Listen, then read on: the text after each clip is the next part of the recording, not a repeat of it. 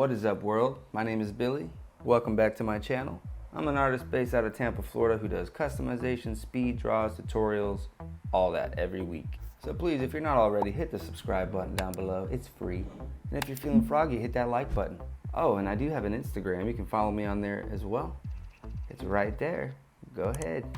But in this video, guys, I'm coming at you with a tutorial on how to actually shade anime faces. And in this one, I'm using 4 examples from Dragon Ball Z. I'm basically going to do draw four different characters and show you step by step how to shade a face to emulate kind of how it looks in the TV show, or just taking these tips and applying them to all different kinds of anime characters. So I'm going to give you the foundation, the principles on how to actually shade a face. And it's gonna be super easy, I promise you. So the art style in Dragon Ball Z is impeccable, yo. I love it.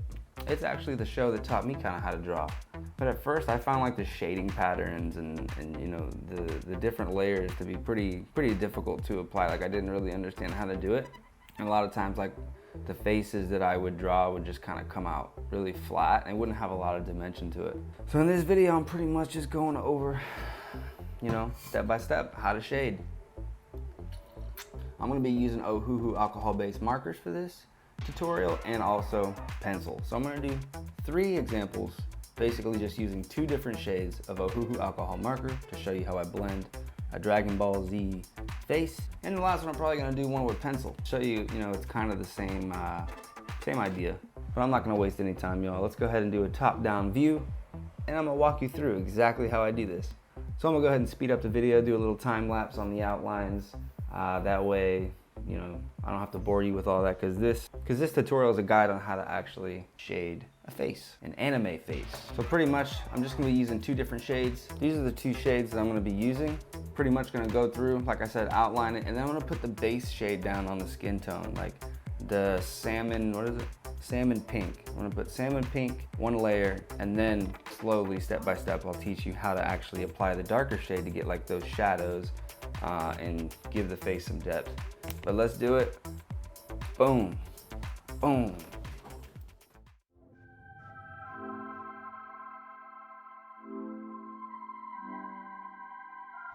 So yeah, I never trace my outlines or anything. I just get inspiration from Instagram and Pinterest and whatnot. But sit back, relax, and I'm just gonna finish this outline and, like I said, apply the first base layer to Vegeta and Goku, and then I'll show you how to actually add the darker layer to give it some depth and give it some character, no pun intended.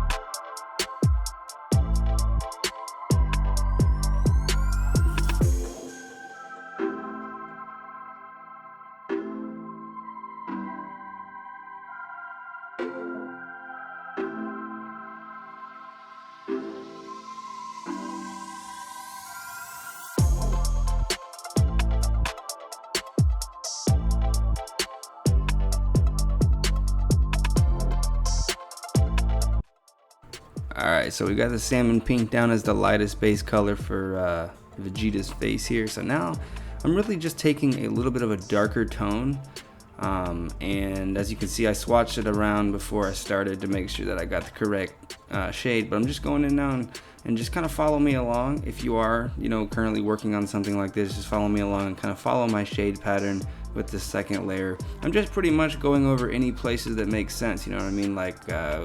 Places that would create a shadow, like under the forehead, under the hairline, kind of just on the right side of the cheek. I don't know, you get more comfortable as you practice this, but this is kind of the way I'm going, and this is only the first example out of the other 3 that I'm going to show you. You can be real flexible with this. I mean, there's no set rule on how you do this, but pretty much I use my reference point to kind of figure out where the shadows are and just go from there. So as you can see, I am using an Ohuhu brush marker to apply the second layer, kind of giving the indication of shadows and dimension. Take your time with this, make sure that the colors apply evenly, and don't be afraid to go over it again to saturate the paper even more if you have to. I always say this whenever I'm using alcohol markers: if your illustration looks choppy or splotchy or streaky, it's probably because you have not gone in enough with that color, so don't be afraid of it. It's better to oversaturate and make sure you get a nice flat even tone before applying a darker shade rather than to undersaturate. So if you have the right paper, trust me, it can handle it.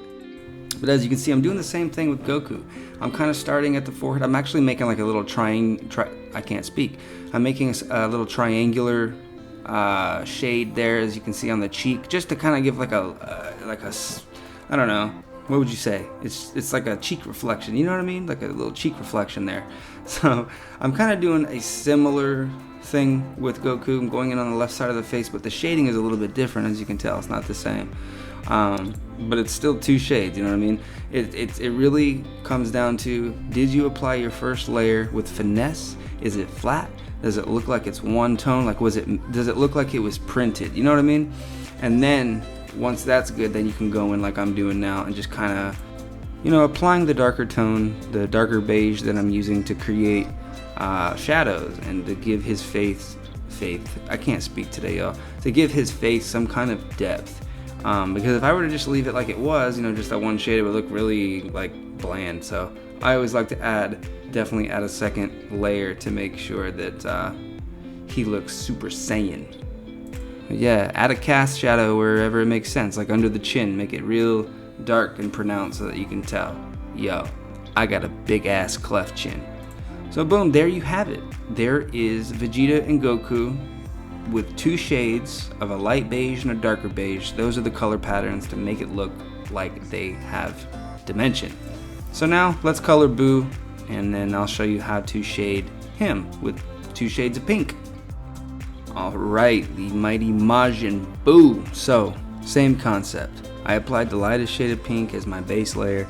I went over it as much as I could, but I can tell you it's a tad bit splotchy. So you'll find with lighter colors, it takes a lot more ink to get like one flat consistent tone, but like I said, I'm only using 2 layers of pink. Actually, I think for this one I'm using 3, but very little on the 3rd layer. But yeah, pretty much just going in, shading in the side of his face, kind of underneath the chin, around the chin, and giving him that dimension that he really needs, because he's a big, round, pink bubblegum looking guy. And Majin Buu's a badass, dude. Like, I love him.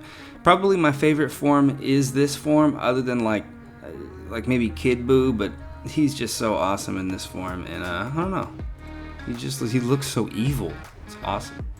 But if you're following along, feel free to pause the video and kind of get an understanding of what I'm doing, what I'm shading. I am trying to explain to you kind of step by step what I'm doing. It's a little hard though, because you can just kind of see it. But I'm going over the eyebrow with the darker pink, and as you can see, like the majority of the left side of his face is shaded, just kind of giving him a little bit of structure.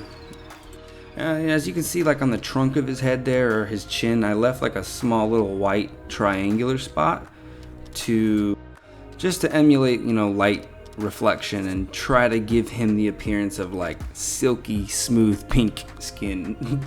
Oh yeah, for this one, instead of 2 layers, I used 3, just a little bit here on this darker one here, just to give him a little more pop, because I felt like he was lacking a little bit. So I wanted to go ahead and add a little bit more dimension. And yeah, I like how it turned out. I like how it's turning out. Don't judge me on that little pink outside the lines there on the right side by his right ear. Don't judge. I will fix it with the background, I promise. But yep. Make sure you get all the areas that would be rounded. Like anywhere that's rounded where you'd be able to like wrap your hand around. Like that's where I like to add depth and make it look like that part is further away. Does that make sense?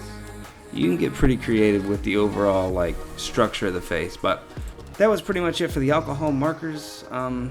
you know, how to blend a face with alcohol markers. This one is just pencil. It's the same concept, but I'm gonna shut up because I've done a lot of talking, and I'm just gonna let you guys watch, you know, because sometimes silence is golden. So I hope you enjoyed this week's video. If you learned anything, hit that like button, comment down below, let me know what you struggle with the most when it comes to illustrating these characters, and make sure you like the video if you like it, dislike it if you disliked it, and enjoy the rest of the video.